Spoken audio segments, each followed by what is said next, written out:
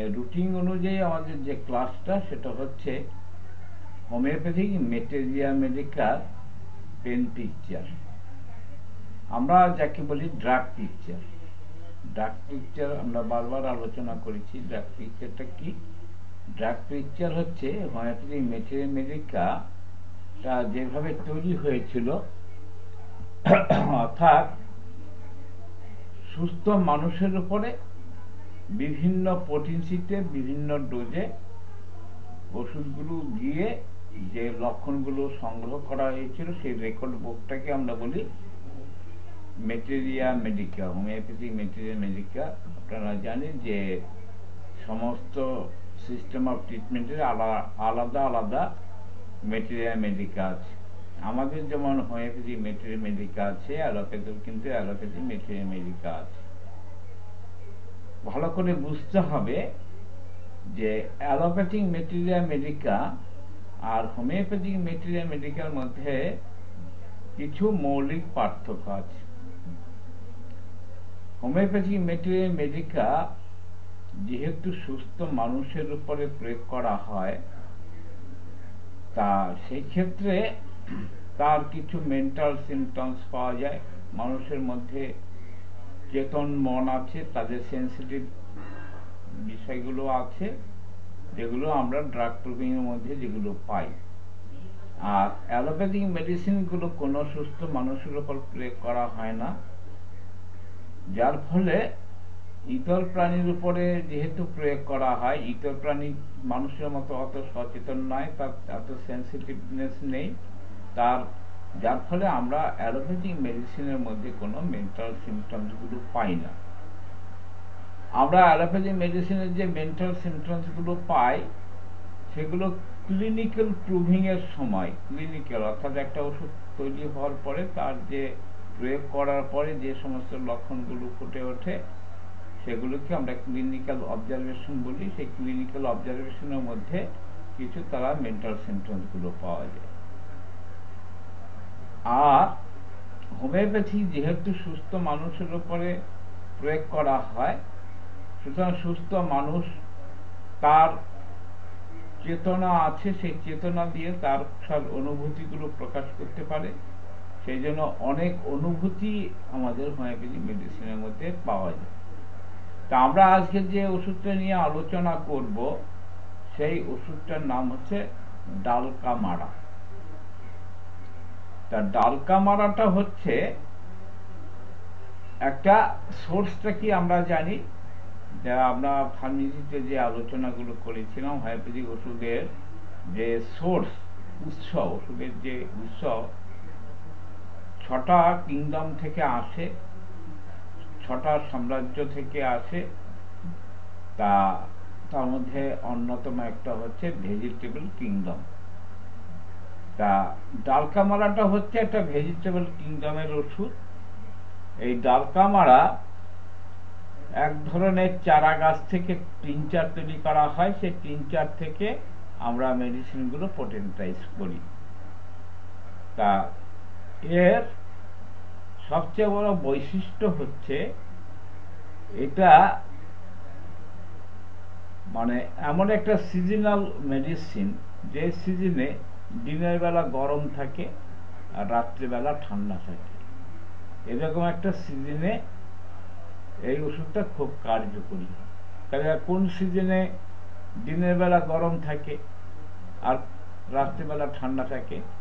তাহলে যে সিজনে মানে বৃষ্টি হয়, তাহলে বৃষ্টি হলে কি হচ্ছে? বৃষ্টির দিনে, রেনি সিজনে দিনের বেলা আমাদের খুব গরম থাকে, রাত্রেবেলা বৃষ্টি হওয়ার পরে রাত্রেবেলা ঠান্ডা থাকে। আর কি আবহাওয়া, একটা স্যাঁতসেঁতে আবহাওয়া থাকে। সেই স্যাঁতসেঁতে আবহাওয়াতে এই ওষুধটা খুব ব্যবহার খুব কার্যকরী হয়। এবার আসা যাক কি ধরনের রোগীর ক্ষেত্রে আমরা এটা ভালো রেজাল্ট পাই। সেটা হচ্ছে adapted to persons of phlegmatic scrofulous constitution, অর্থাৎ কাদের ক্ষেত্রে বেশি ভালো কাজ করে। যাদের হচ্ছে শ্লেষ্মা জাতীয় ধাত, অর্থাৎ শ্লেষ্মা এবং গন্ডমালা জাতীয় ধাত, যাদের কনস্টিটিউশন মানে হচ্ছে ধাত, এবং সেই সমস্ত রোগীদের মধ্যে একটা মেন্টাল সিমটমস থাকে, সেটা হচ্ছে রেস্টলেসনেস, অস্থিরতা ভাব থাকে, ইরিটেবল, একটু উত্তেজিত থাকে। ক্যাটারাল রিউমেটিজম, আমরা রিউমেটিজম, গাউট, এই সমস্ত নামগুলো শুনেছি। তা রিউমেটিজম বা গাউট যাই বলা হোক, তার বিভিন্ন রকম ভাবে ব্যাখ্যা দেওয়া আছে। সেই রিউমেটিজম বা গাউট হচ্ছে বাত। সেই বাত আবার বিভিন্ন রকম হয়। সর্দিজনিত কারণে যদি বাত হয়, সর্দি জাতীয় ঠান্ডা লাগার ফলে যদি বাতের কোনো প্রবলেম হয়, সেই ক্ষেত্রে আমরা ডালকা মারার কথা চিন্তা করতে পারি। আর কি স্কিন এফেকশন, ডালকা মারার একটা বৈশিষ্ট্য হচ্ছে স্কিন এফেকশন, অর্থাৎ স্কিনের কিছু সমস্যা দেখা দেয়। brought on or aggravated by exposure to cold, damp, rainy weather or sudden change in the hot weather। তাহলে কি হলো, কখন তার আক্রমণটা বেশি দেখা যায়, অ্যাগ্রাভেট করে কখন বেশি, সেটা হচ্ছে by exposure to cold, damp, rainy weather, অর্থাৎ ঠান্ডা বর্ষাকালে স্যাঁতসেঁতে আবহাওয়াতে সেটা অ্যাগ্রাভেট করে, মানে বৃদ্ধি পায়। আর কি sudden change in hot weather, হঠাৎ করে ওয়েদার চেঞ্জ যখন হয়। হঠাৎ করে চেঞ্জ কখন হয়, দেখা যায় যে বর্ষা হলো, গরম পড়েছে, বৃষ্টি হলো, তখন হঠাৎ করে তার ওয়েদার চেঞ্জ দেখা যায়। তা এরকম আমাদের হোমিওপ্যাথিতে আরো কিছু ওষুধ আছে। তার মধ্যে অন্যতম একটা হচ্ছে ব্রাইনিয়া অ্যালবাম। ব্রাইনিয়া কিন্তু আমাদের এই ধরনের একটা ওষুধ। তা অর্থাৎ কিরকম হলো, সেটা হচ্ছে সমস্ত ঠান্ডা লাগে, সমস্ত রোগগুলো হয়, সমস্ত রোগের বেশি হয় ঠান্ডার পড়লে, এবং যে সমস্ত বৃদ্ধি হয় তাতে এটা বেশি কার্যকরী। সেই জন্য বর্ষা এবং গ্রীষ্মের শেষ দিকে, যখন দিনের দিকে গরম ও রাত্রিতে ঠান্ডা থাকে, তখন ডালকা মারা খুব বেশি কার্যকরী হয়। এইরকম সিজনে আমরা কখনো কখনো অ্যাকোনাইটও ব্যবহার করে থাকি, অ্যাকোনাইট নেপেলাস ব্যবহার করে থাকি। তার অ্যাকোনাইটের সঙ্গে আমরা ডালকা মারার কিছু ফারাক আছে। তা আমরা ডালকা মারা সাধারণত গরমে বা বর্ষাকালে ব্যবহার করি, কিন্তু অ্যাকোনাইট ব্যবহার করি কোন সিজনে, শীতকালে। অর্থাৎ যে সময় মানে আবহাওয়া শুষ্ক থাকে, আবহাওয়া যখন শুষ্ক থাকে তখন হচ্ছে অ্যাকোনাইট, আর আবহাওয়া যখন স্যাঁতসেঁতে থাকে তখন হচ্ছে ডালকা মারা। তাহলে ডালকা মারা যে সমস্ত লক্ষণে আমরা কখনো কখনো অ্যাকোনাইট ব্যবহার করতে পারি, কখনো কখনো ডালকা মারা ব্যবহার করতে পারি। কখন ডালকা মারা ব্যবহার করব আর কখন অ্যাকোনাইট ব্যবহার করব, তাহলে আমরা সিজন ওয়াইজ আমরা একটু চয়েস করে নিতে পারি। অর্থাৎ যখন বাতাসে আর্দ্রতা থাকবে না, শুষ্ক ড্রাই থাকবে, শীত থাকবে, ঠান্ডাতে বৃদ্ধি, যেহেতু ঠান্ডাতে বৃদ্ধি আমরা অ্যাকোনাইটের মধ্যে দেখেছি, ঠান্ডাতে বৃদ্ধি, আবার ডালকা মারাতে দেখেছি ঠান্ডাতে বৃদ্ধি। তাহলে অ্যাকোনাইটের ক্ষেত্রে হচ্ছে বায়ু শুষ্ক থাকে, অর্থাৎ শীতকালে বায়ু শুষ্ক থাকে, সেই ক্ষেত্রে হচ্ছে অ্যাকোনাইট। আর বর্ষাকালে বা গরমের সময় যখন স্যাঁতসেঁতে আবহাওয়া থাকে, বাতাসে জলীয় বাষ্প থাকে, সেই ক্ষেত্রে হচ্ছে আমরা ডালকামারা ব্যবহার করতে পারি।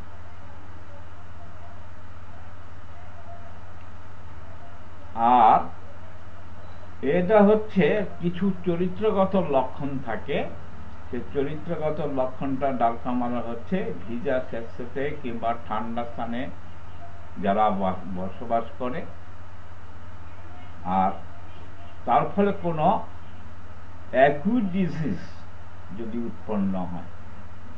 অ্যাকিউট কথাটা মানে কিন্তু আমরা তরুণ রোগ বলি, কিন্তু অ্যাকিউট কথাটা আরেকটা অর্থ হয়। অ্যাকিউট হচ্ছে ভাইলেন্সি নিয়ে যেগুলো আসে, সেটাকে আমরা অ্যাকিউট রোগ। তরুণ রোগ বলতে যে হঠাৎ করে সর্দি কাশি হলো, কি হঠাৎ করে কিছু হলো, সেটা আমরা অ্যাকিউট রোগ বলি।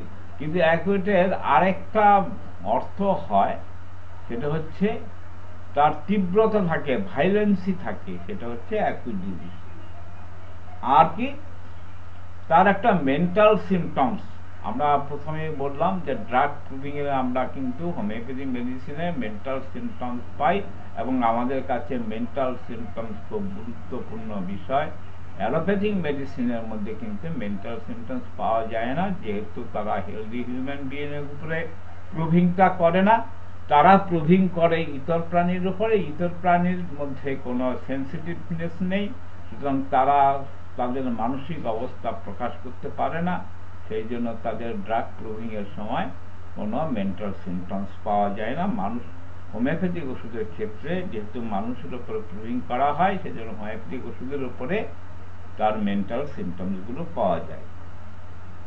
তাহলে মেন্টাল সিমটম হচ্ছে মানসিক যে বিষয়টা, কোনো বিষয় ঠিক কথা বলতে পারে না, গুছিয়ে কথা বলতে পারে না। তার মেন্টাল সিমটমস এর মধ্যে একটা বৈশিষ্ট্য হচ্ছে গুছিয়ে কথা বলতে পারে না। আর একটা গুরুত্বপূর্ণ লক্ষণ, সেটা হচ্ছে ঠান্ডা লাগার ফলে যদি কোনো ইরাপশন মানে আমাদের চামড়ার উপরে কোনো যদি উদ্ভেদ হয়, সেই উদ্ভেদ যদি ঠান্ডা লাগার ফলে যদি বসে যায়, সাপ্রেসড হয়ে যায়, কিংবা ঠান্ডা লাগার জন্য যদি কোনো ঘাম সাপ্রেসড হয়ে যায়, এবং সেই সাপ্রেসড হওয়ার ফলে তার একটা ড্রপসি দেখা যায়। ড্রপসিটা কি? জল জমা, শরীরের বিভিন্ন অংশে জল জমা। আমরা জল জমে কেন? জল জমে হচ্ছে আমাদের দেহ যে গঠনটা, তাতে অনেকগুলো মানে সেল নিয়ে আমাদের যে টিস্যুগুলো তৈরি হয়, বেশ কিছু সেল দিয়ে আমাদের টিস্যু তৈরি হয়, সেই টিস্যু থেকে তৈরি হয় আমাদের সিস্টেমগুলো।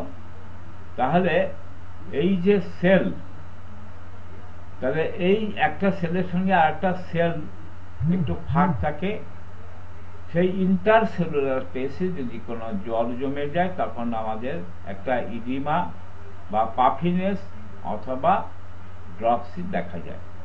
তাই এই ড্রপসির ক্ষেত্রে যদি কোনো ঘাম বসে যাওয়ার ফলে বা কোনো ইরাপশন বসে যাওয়ার ফলে যদি কখনো কোনো ড্রপসি হয়, সেই ক্ষেত্রে আমরা ডালকা মারার কথা চিন্তা করব। বয়স্ক বালকদের ঠান্ডা লাগে কেন লাগে? অনেকে আমরা খালি পায়ে হাঁটি, খালি পায়ে হাঁটার জন্য যদি কারো ঠান্ডা লাগে, এবং এই ঠান্ডা লাগার ফলে যদি তার প্রস্রাব বন্ধ হয়ে যায়, আবার সেই প্রস্রাবটা দেখতে কেমন হবে? দুধের মতো সাদা। এরকম যদি লক্ষণ আমরা পাই, সেক্ষেত্রে কিন্তু আমরা ডালকা মারার কথা চিন্তা করব। সেই ক্ষেত্রে আমরা ডালকা মারার কথা চিন্তা করব।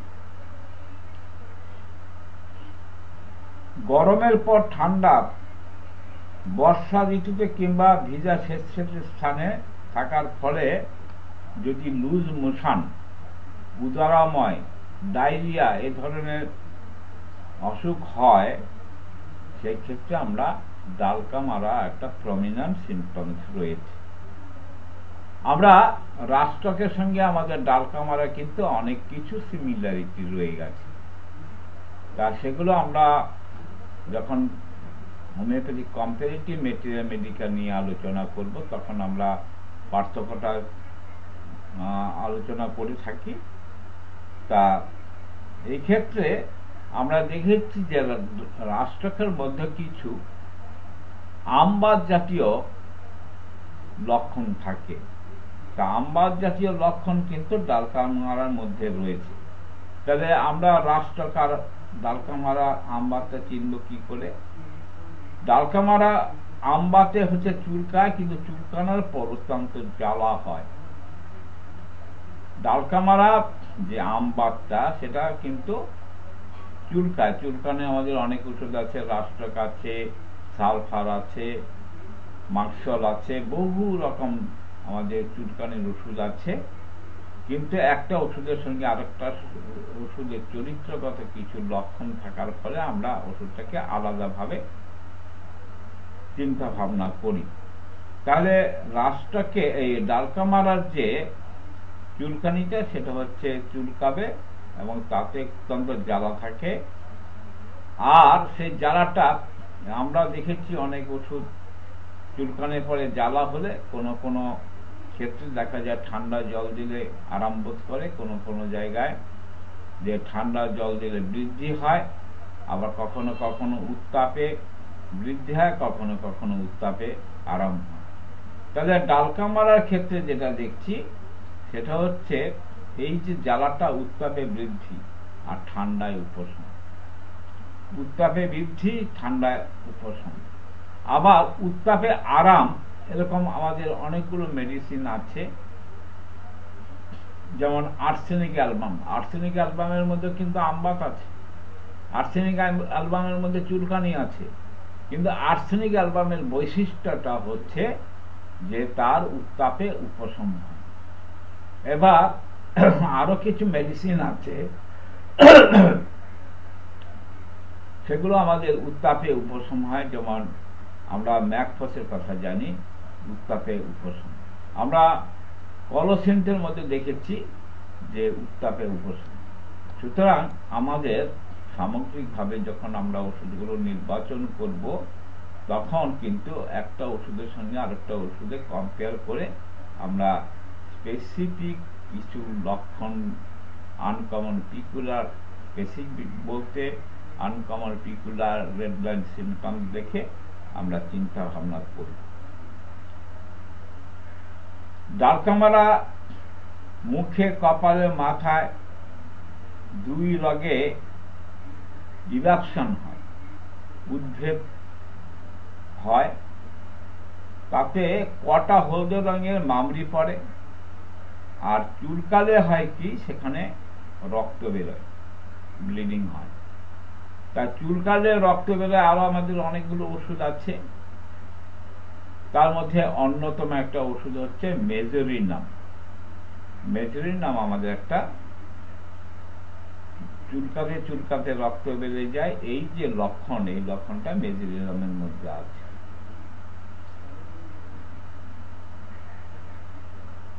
ডালকা মারা ফিমেল ডিজিজের ক্ষেত্রে আরেকটা সুন্দর সিমটমস আছে, সেটা হচ্ছে একরকম ইরাপশন হয় মহিলাদের ক্ষেত্রে, বিশেষ করে মহিলাদের ক্ষেত্রে একরকম ইরাপশন বা র্যাশ বেরোয়।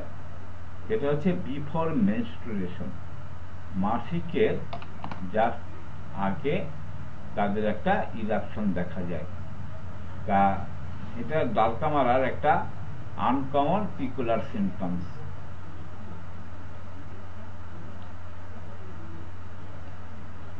ডালকা মারা আরেকটা স্পেসিফিক ওষুধ হচ্ছে প্যারালিসিস। প্যারালিসিসটা কখন হয়? ঠান্ডা লাগার ফলে। আমরা শুরুতে বলেছিলাম যে ডালকা মারা একটা বাতের টেন্ডেন্সি আছে, রিউমেটিজম টেন্ডেন্সি, সেটা হচ্ছে ক্যাটারাল রিম, তার নাম হচ্ছে ক্যাটারাল রিমেটিজম। এবং সেই ক্যাটারাল রিমেটিজমটা হচ্ছে due to exposure to cold, damp, rainy weather and sudden change in hot weather. Dulcamara increase secretion of mucous membrane. আমরা আমাদের দেহের ইন্টারনাল পার্টে কিছু মিউকাস মেমব্রেন থাকে, যেটা আমরা শৈলিক ঝিল্লি বলি বাংলায়। সেই মিউকাস মেমব্রেনের কিছু সিক্রেশন হয়। সেই সিক্রেশন বিভিন্ন রকম সিক্রেশন, নাকে আমাদের কিছু ডিসচার্জ বেরোয়, তারপরে বিভিন্ন যে আমাদের অরিফিসগুলো আছে, দেহের যে অরিফিসগুলো, সেই অরিফিস দিয়ে অনেক সময় কিছু সিক্রেশন হয়, এবং সেই সিক্রেশনটাকে বলা হয় মিউকাস মেমব্রেন। আর এই সিক্রেশনটা বাড়ে কিসে? Perspiration being suppressed. পার্সপিরেশন অর্থাৎ সোয়েটিং, যেটাকে আমরা ঘাম বলি, সেই ঘামটা যদি সাপ্রেসড হয়ে যায়, পার্সপিরেশন বিং সাপ্রেসড ফ্রম, কিসের জন্য সাপ্রেস হয়? From cold. Patient living or working in the damp, cold basement or a milk dairy। আমরা যে সমস্ত পেশেন্টরা বেসমেন্ট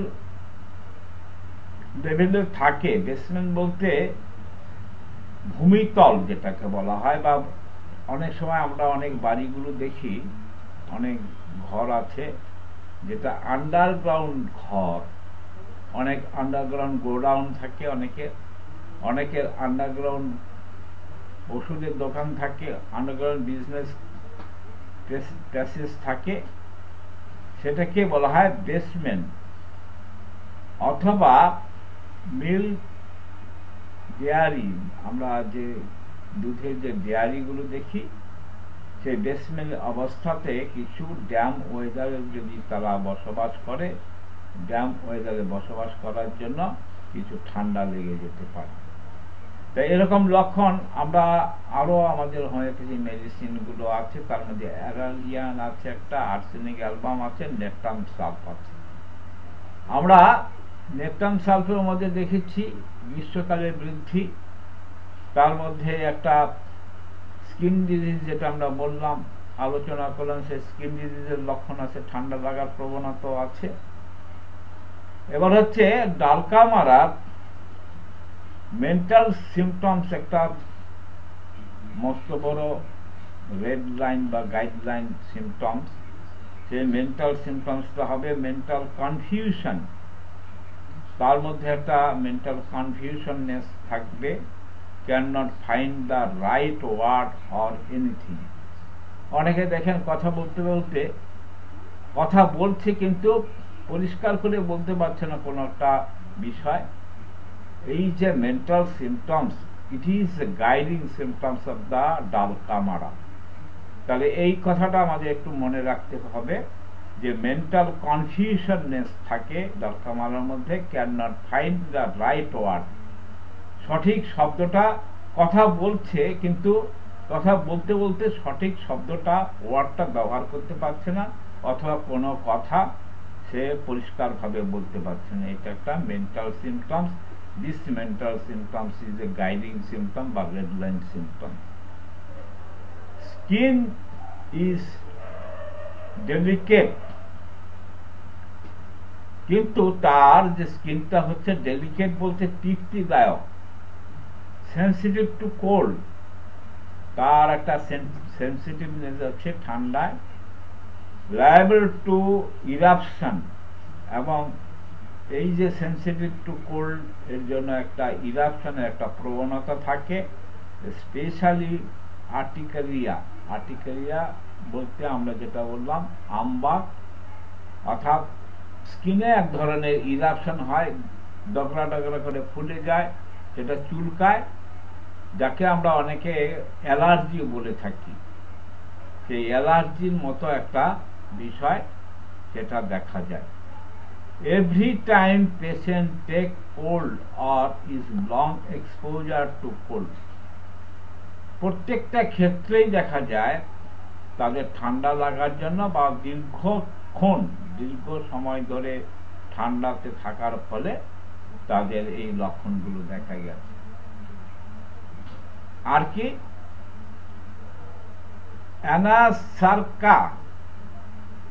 অ্যানাসার্কা কথাটা মানে হচ্ছে massive swelling of the leg. Massive কথা মানে হচ্ছে ভয়ঙ্কর ধরনের, সোয়েলিং মানে ফুলে যাওয়া, অফ দ্য লেগ। তাহলে একটা রোগ আছে, হঠাৎ করে দেখা যায় পা হঠাৎ করে মারাত্মক রকম ভাবে সোয়েলিং হয়ে গেছে, ফুলে গেছে, সেই ক্ষেত্রে কিন্তু আমরা ডালকা মারা ব্যবহার করতে পারি।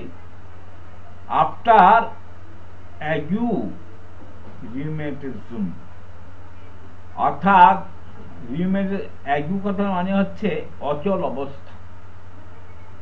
তা অচল অবস্থা কিসের জন্য? ডিউ টু রিউমেটিজম, বাতের জন্য অনেকে অচল হয়ে যায়। সেই ক্ষেত্রে এই বাতের জন্য অচল হয়ে যাওয়ার ফলে তার কি হয়, এটা কিন্তু ডিউ টু বাতের জন্য, সেটা massive swelling of the leg, পায়ের একটা ম্যাসিভ সোয়েলিং হয়, মারাত্মক রকম সোয়েলিং হয়।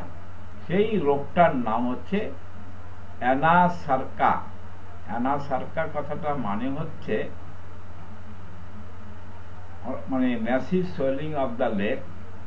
কিসের জন্য? ডিউ টু অ্যাগু রিউমেটিজম, বাতের জন্য সে যখন অচল হয়ে যায় তখন তা পা ফুলে যায়, ম্যাসিভ সোয়েলিং হয়ে যায়। স্কারলেট ফিভার, স্কারলেট ফিভার এক ধরনের জ্বর। আর কি ড্রপসি, ড্রপসি আমরা আগেও আলোচনা করলাম। ড্রপসিটা হচ্ছে কোনো অর্গানের ডিসঅর্ডারের জন্য ইন্টারসেলুলার স্পেসে জল জমে গিয়ে সেটা ড্রপসি হয়, যাকে আমরা বাংলায় বলি উদরি, জল জমা। তাহলে আমরা আগের দিনও একবার আলোচনা করেছিলাম, আমাদের কয়েকটা ভাইটাল অর্গান আছে, সেই অর্গানগুলো যদি ডিসঅর্ডার হয় তাহলে আমাদের ড্রপসি দেখা যায়। তার মধ্যে অন্যতম একটা হচ্ছে কিডনি। কিডনি ডিসঅর্ডার হলে অনেক সময় হাতে পায়ে পেটে জল জমে। লিভার ডিসঅর্ডার হলে অনেক সময় হাতে পায়ে জল জমে। হার্টের ডিসঅর্ডার হলে অনেক সময় হাতে পায়ে জল জমে। আবার লাংসের ডিসঅর্ডার হলেও হাতে পায়ে জল জমে। তাহলে এই জল জমে আফটার সাপ্রেস অফ সোয়েট, যেটা আমরা খানিকক্ষণ আগেও বললাম যে perspiration, suppression of the perspiration due to coldness. ঠান্ডা লেগে যদি ঘাম সাপ্রেসড হয়ে যায়, বসে যায়, তাহলে সেই বসার ফলে যদি ড্রপসি হয়, সেই বসার জন্য যদি ড্রপসিটা হয়, সেই ক্ষেত্রে আমরা ডালকা মারার কথা চিন্তা করব। From taking cold in damp places, from taking cold in damp places, ঠান্ডা জায়গায় মানে থাকার ফলে, or during damp, অথবা মানে স্যাঁতস্যাঁতে ভাব যেখানে আছে, ফগি কথা মানে হচ্ছে কুয়াশা। তা কুয়াশাটা সাধারণত আমরা শীতকালে বেশি দেখি। তাহলে ফগি ওয়েদার যখন হয় তখন এটা হতে পারে change from the warm to cold weather. যখন গরম থেকে ঠান্ডা কোনো পরিবেশ তৈরি হয়, যেমন ধরুন এখন প্রচণ্ড গরমের সময় আমরা যাদের ঘরে মানে এসি আছে তারা হঠাৎ করে বাজারে বা হাটে বাটে রাস্তাঘাটে ঘুরে টুরে হঠাৎ করে এসি ঘরে গিয়ে যদি তারা হঠাৎ করে অনেকক্ষণ থাকে তাদের কিছু সমস্যা দেখা দেয়। এরকম ক্ষেত্রে আমরা আরেকটা ওষুধ আমাদের আছে, সেটা হচ্ছে ব্রাইনিয়া অ্যালবাম। ব্রাইনিয়া অ্যালবামের সঙ্গে তাহলে আমাদের ডালকা মারার অনেক জায়গায় মিল আছে। ব্রাইনিয়া যেমন গ্রীষ্মকালে গরমের সময় বেশি ব্যবহৃত হয়, যেমন মার্শল গরমের সময় বেশি ব্যবহার করা হয়, তেমনি ডালকা মারাও কিন্তু গরমের সময় বেশি ব্যবহার করা হয়।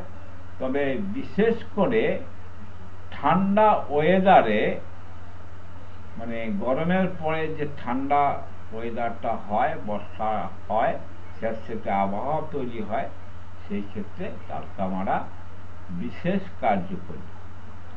আর কি ক্যাটারাল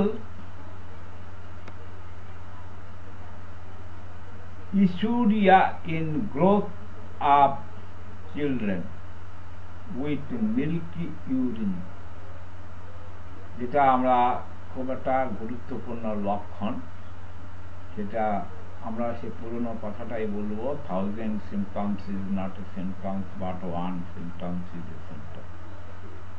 আমরা প্যাথোলজিতে প্রস্রাবের রং পড়েছি যে বিচলি ধোয়া জলের মতো প্রস্রাবের রং হয়।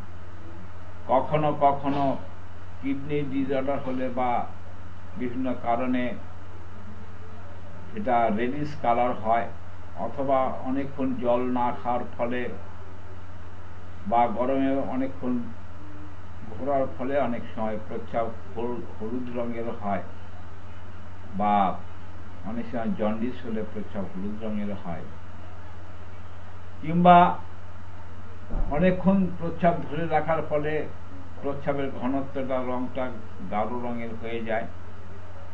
এবার ডালকা মারার একটা বৈশিষ্ট্য হচ্ছে প্রস্রাবের রংটা হবে মিল্কি কালার, একের দুধের মতো সাদা ধবধবে প্রস্রাব।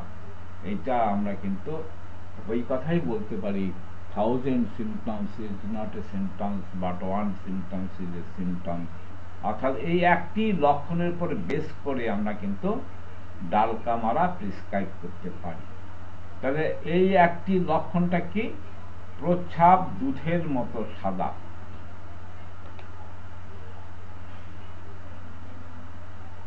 From wading with bare feet in cold weather, অর্থাৎ আমরা বলেছি যে ডালকা মারা পেশেন্ট নড়াচড়া করতে চায় না, তাহলে তখন কি করে, যদি কখনো হেলে দুলে খালি পায়ে সে ঠান্ডা ওয়েদারের মধ্যে ঘোরাফেরা করে, সেই ক্ষেত্রে আমরা যে লক্ষণগুলো দেখি, সেই লক্ষণ দেখে আমরা কি দেখি, সেটা হচ্ছে ইনভলেন্টারি, অর্থাৎ অসারে কিছু প্রস্রাব হয়, সেই ক্ষেত্রে আমরা ডালকা মারার কথা চিন্তা করি।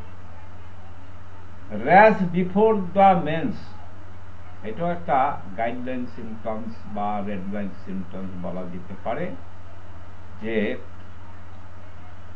পার্টিকুলারলি মেয়েদের মেন্স শুরু হওয়ার আগে গায়ে কিছু র্যাশ দেখা যায়। এখানেও কিন্তু আমরা আনকমন বা পিকুলার সিমটমস হিসাবে ধরতে পারি, অর্থাৎ rash before the men's.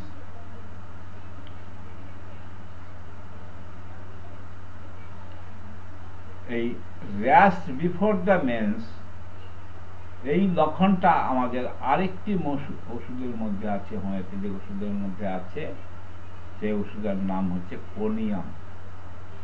Conium আমাদের যখন পড়ব, কোনিয়ামের সেখানে দেখা যাবে কোনিয়ামের রোগী খুব সেক্সি হয়। আর এখানে কোনিয়াম এবং ডালকামারের ক্ষেত্রে আরেকটা জিনিস দেখা যাবে, সেটা হচ্ছে তাদের মেনস্ট্রুয়েশন হবে প্রফিউজ ডিসচার্জটা হবে, সেটা বেলেডোনার ক্ষেত্রেও হবে, গ্রাফাইটিসের ক্ষেত্রে হবে।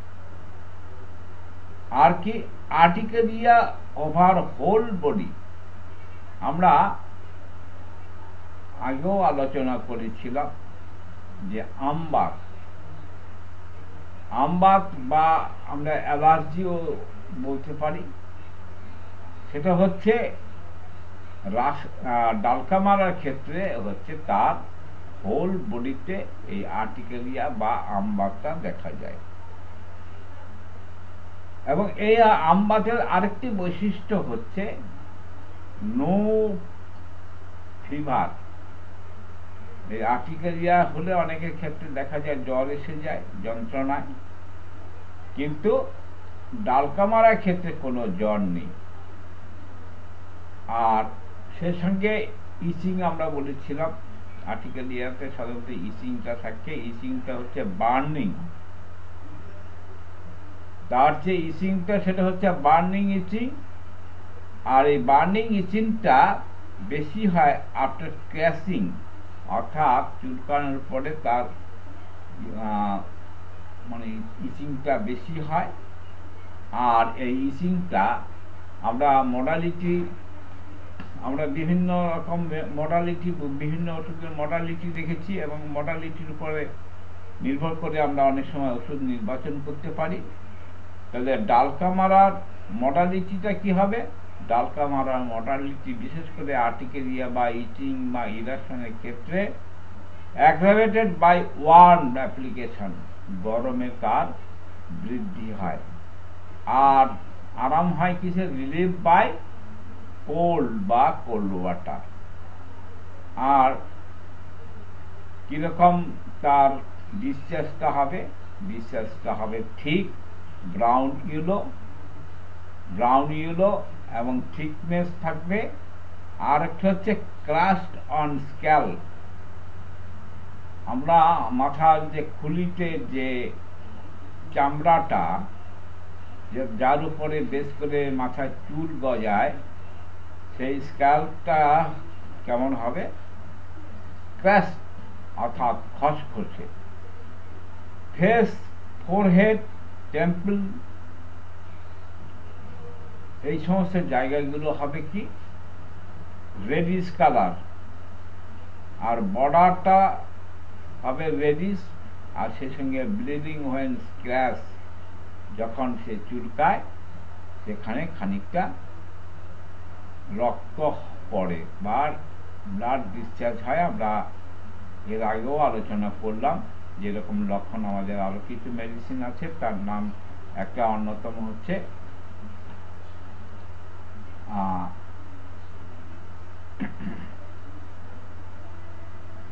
মেজোরিনাম।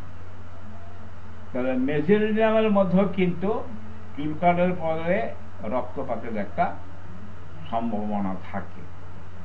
এবার আসা যাক, আমরা অনেক সময় মানে অ্যালোপ্যাথিক দৃষ্টিভঙ্গি, যারা হোমিওপ্যাথিটা অ্যালোপ্যাথিক দৃষ্টিভঙ্গিতে চিন্তা ভাবনা করে, যারা স্পেসিফিক ওষুধ ব্যবহার করে থাকে, তারা করে কি যে আঁচিল, কোনো পেশেন্টের আঁচিল হলে তারা একটা ওষুধের কথাই জানে, সেটা হচ্ছে থুজা। আঁচিল হলে কিন্তু যে সমস্ত মানে হোমিওপ্যাথ ডাক্তাররা স্পেসিফিক চিন্তা ভাবনা করে বা যাদের মাথার মধ্যে স্পেসিফিক ওষুধ ঘোরফের করে, তারা কিন্তু আঁচিল হলে থুজা ছাড়া অন্য কিছু ভাবতে পারে না। আমরা এখানে দেখলাম যে ডালকামারা কিন্তু আঁচিলের একটা খুব সুন্দর এফেক্ট রয়েছে। সে আঁচিলটা কিরকম আঁচিল হবে? সে আঁচিলটা হবে ফ্লেসি আঁচিল, ফ্লেসি ওয়ার্থ, আর সাইজ হবে লার্জ সাইজ। আমরা যারা আঁচিল দেখেছি বিভিন্ন রোগীর ক্ষেত্রে, আমরা বহু ধরনের আঁচিল দেখেছি, কোনটা লম্বা, কোনটা থ্যাবড়া, কোনটা ডুমরোর মতো, কোনটা ফুলকপির মতো ডুমরো ডুমরো। তাহলে ডালকামারের আঁচিলটা হবে কেমন? ফ্লেসি লার্জ সাইজ হবে আর স্মুথ হবে। অন ফেস অ্যান্ড ব্যাক, কোথায় কোথায় এই আঁচিলগুলো দেখা যায়?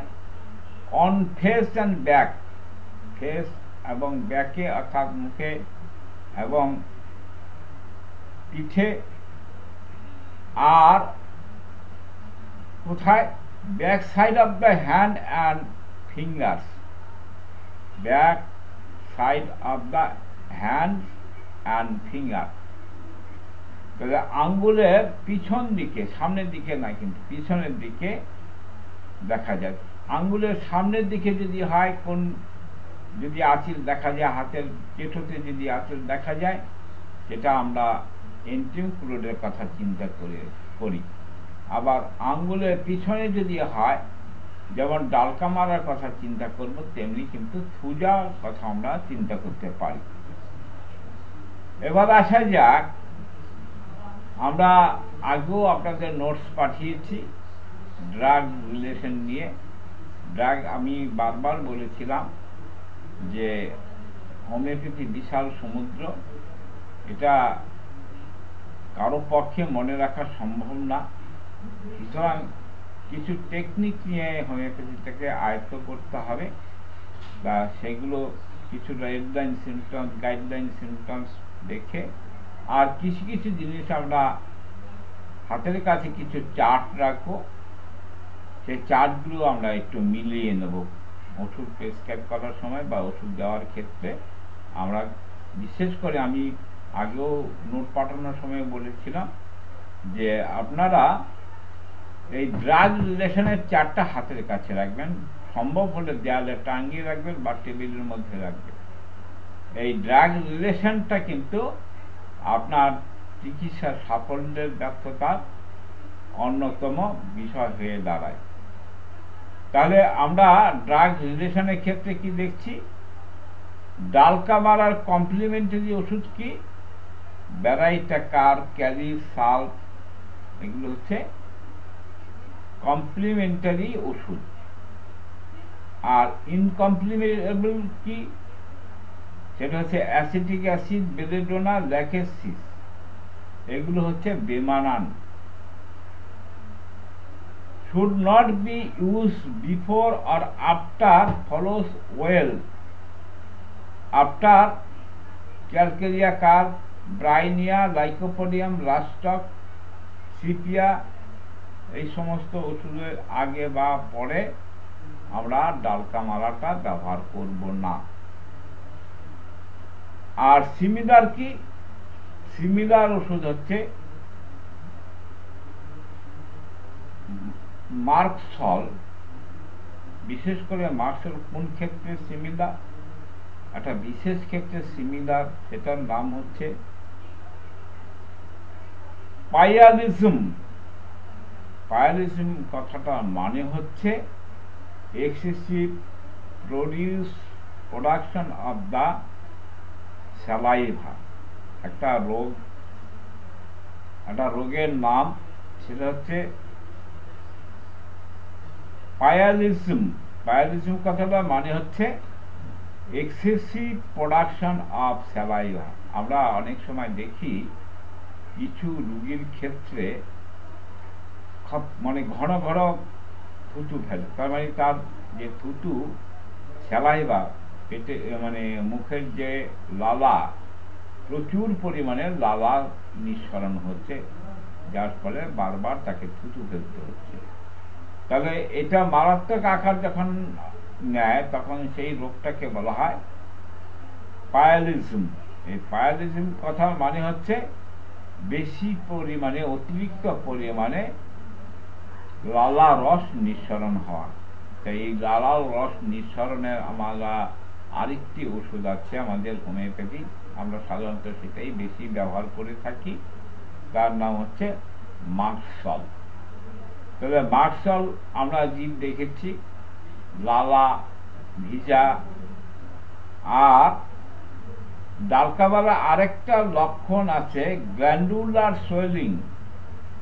গ্ল্যান্ড জাতীয় যে সোয়েলিং, সেই সোয়েলিং হচ্ছে ডালকামারার একটা অন্যতম লক্ষণ। এছাড়া ব্রঙ্কাইটিস এর ক্ষেত্রে আমরা ডালকামারা ব্যবহার করতে পারি। ডায়রিয়া ক্ষেত্রে আমরা ডালকামারা ব্যবহার করতে পারি। আর কি সাবসিডিটি টু ওয়েদার চেঞ্জ, অর্থাৎ তার মধ্যে যে একটা টেন্ডেন্সি বা প্রবণতা থাকে, ওয়েদার চেঞ্জ হলে তার রোগের বৃদ্ধি হয়। আর বিশেষ করে নাইট পেন, রাত্রিকালীন যে যন্ত্রণা, সেই ক্ষেত্রে আমরা কিন্তু ডালকামারা ব্যবহার করতে পারি। Kelly salt, the chemical analogue,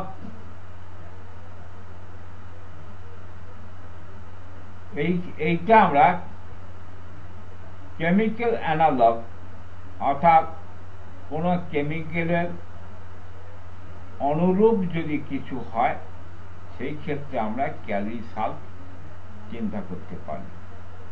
the bad effect or abuse of mercury, আমরা যে নোট পাঠিয়েছিলাম তাতে আমরা কিছু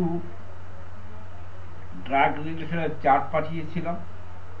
সে ড্রাগ রিলেশনের চার্টের মধ্যে অনেক কিছু ব্যাড এফেক্ট বা অ্যাবিউজ অফ কিছু বস্তু, মানে বিভিন্ন বস্তুর যে অ্যাবিউজনেস বা ব্যাড এফেক্ট, তার কিছু আমাদের ওষুধ আছে। সেটা হচ্ছে আমরা মার্শাল যদি বেশি ব্যবহার করে থাকি বা মার্শাল যদি ভুল প্রেসক্রিপশন করে থাকি, তাহলে এই মার্শালের অ্যাবিউজনেসের জন্য বা ব্যাড এফেক্টের জন্য যদি কিছু অসুবিধা হয় বা কিছু লক্ষণ দেখা যায়, সেই ব্যাড এফেক্টটাকে দূর করার জন্য আমরা ডালকামারার কথা চিন্তা করব। এবার হচ্ছে আমরা ড্রাগ রিলেশনে গেল, এটা মার্শালের সঙ্গে আমরা কম্পেয়ার করলাম। এবার হচ্ছে মডালিটি। আমরা যেটা বলেছিলাম যে আমরা হোমিওপ্যাথিক ওষুধ নির্বাচনের ক্ষেত্রে কয়েকটা বিষয়ের উপর খুব বেশি গুরুত্ব দেব, যেমন মেন্টাল সিমটমসের উপরে আমরা বেশি গুরুত্ব দেব, তেমনি আমরা মডালিটির উপরে কিন্তু আমাদের ওষুধ নির্বাচনে খুব সহায়ক হয় মডালিটি। তা সেই ক্ষেত্রে ডালকামারার যে অ্যাগ্রাভেশন, সেই অ্যাগ্রাভেশনটা আমরা শুরুতে আলোচনা করেছিলাম, আবার সেটা রিপিট করছি। কিসে অ্যাগ্রাভেশন হয়? ফ্রম কোল্ড ইন জেনারেল, সাধারণভাবে ঠান্ডাতে বৃদ্ধি। ঠান্ডাতে বৃদ্ধি আমরা অনেক ওষুধ দেখেছি, অ্যাকোনাইট দেখেছি, ব্রাইনিয়া দেখেছি, আরো অনেক কিছু দেখেছি। তা এখানে ডালকামারাও তার একটা অন্যতম। আর কি কোল্ড এয়ার, ঠান্ডা বাতাসে, কোল্ড ওয়েদার, ঠান্ডা আবহাওয়াতে। আর মেয়েদের ক্ষেত্রে একটা দেখেছি, সেটা সাপ্রেসড মেনস্ট্রুয়েশন। মেনস্ট্রুয়েশন সাপ্রেসড হয়ে গেলে অনেক কিছু তার বৃদ্ধি হয়। আর কি ইরাকশন আর সোয়েট, অর্থাৎ কোনো উদ্ভেদ, কোনো চুলকনি, কোনো মানে গায়ে কোনো রকম উদ্ভেদ যদি বসে যায়, অথবা সোয়েট, ঘাম যদি বসে যায়, সেই ক্ষেত্রে তার এটা বৃদ্ধি। তাহলে উপশম হয় কিসে? অ্যামিলিয়েশন কিসে? From moving about. মুভিং অ্যাবাউটে আমাদের উপশমটা হয়। তাহলে এই যে মুভিং অ্যাবাউটের যে অ্যামিলিয়েশন, এই লক্ষণটা আমাদের আরো দুটো মেডিসিনের মধ্যে আছে। তার মধ্যে একটা হচ্ছে ফেরাম ফস, আর একটা হচ্ছে রাস্টক। তাহলে আমরা শুরুতে বলেছিলাম যে রাস্টকের সঙ্গে আমাদের ডালকামারার অনেক কিছু মিল আছে। ডালকামারার সঙ্গে রাস্টকে অনেক কিছু মিল আছে, আবার সহজে আমরা ডালকামারার সঙ্গে আমরা কম্পেয়ার করতে পারি। আমরা অনেক কিছু আলোচনা করলাম। তা যাই হোক, আমরা আজকে আমাদের যে হোমিওপ্যাথিক মেডিকেল যে পেন পিকচার ডালকামারা নিয়ে যে ড্রাগ পিকচার, ডালকামারা যে ড্রাগ পিকচার নিয়ে আমরা আলোচনা করলাম। আমরা কথা দিয়েছিলাম যে আরেকটা বিষয় নিয়ে আজকে আমরা আলোচনা করব, সেটা আজকে আর আলোচনা করতে পারছি না, সেটা আমি আগামীকাল ভিডিও আপলোড করে দেওয়ার চেষ্টা করব।